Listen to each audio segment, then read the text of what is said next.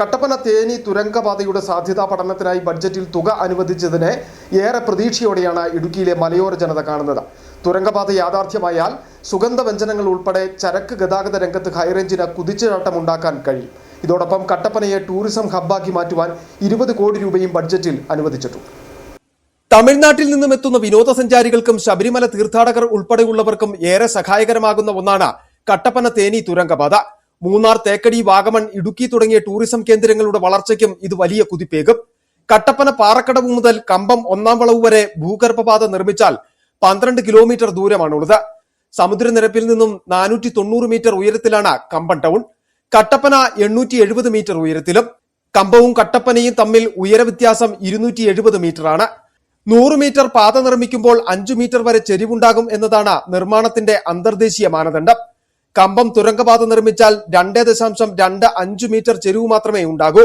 ഇപ്പോൾ കമ്പത്തെത്താൻ 40 കിലോമീറ്റർ ദൂരമാണ് കട്ടപ്പനയിൽ നിന്നുള്ളത്. തുരങ്കപാത നിർമ്മിക്കാനായാൽ ഹൈറേഞ്ചിന്റെ വികസന സാധ്യതകൾ വൻതോതിൽ ഉയരും. കട്ടപ്പനയുടെ ആൾട്ടിറ്റ്യൂഡ് സമുദ്രനിരപ്പിൽ നിന്നും 870 മീറ്റർ ഉയരത്തിലാണ്.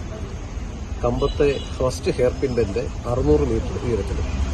അപ്പോൾ 270 മീറ്റർ മാത്രമാണ് കട്ടപ്പനയും കമ്പവും തമ്മിലുള്ള ഉയരവ്യത്യാസം. 12.5 കിലോമീറ്റർ ആണ് ഈ പാതയുടെ ടോട്ടൽ ദൈർഘ്യം. അപ്പോൾ 270 മീറ്റർ എന്ന് പറഞ്ഞാൽ 2.25% വ്യത്യാസത്തിൽ നമുക്ക് ഈ തുരങ്കം, അതായത് ഒരു 100 മീറ്ററിന് 2.25 മീറ്ററിന് ചെരിവോടെ നമുക്ക് ഈ തുരങ്കം യാഥാർത്ഥ്യമാക്കാൻ സാധിക്കും.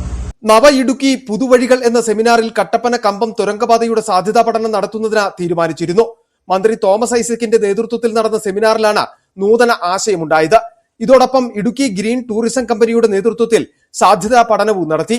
ഇതിന്റെ രൂപരേഖയുമായി മുഖ്യമന്ത്രിയെയും പൊതുമരാമത്ത് മന്ത്രിയെയും റെയിൽവേയുടെ ചുമതലയുള്ള കേന്ദ്രമന്ത്രിയെയും കണ്ടിരുന്നു. ഇതിനുശേഷമാണ് സംസ്ഥാന ബഡ്ജറ്റിൽ ഈ തുരങ്കപാതയുടെ സാധ്യതാ പഠനത്തിനായി 10 കോടി രൂപ അനുവദിച്ചിരിക്കുന്നത്.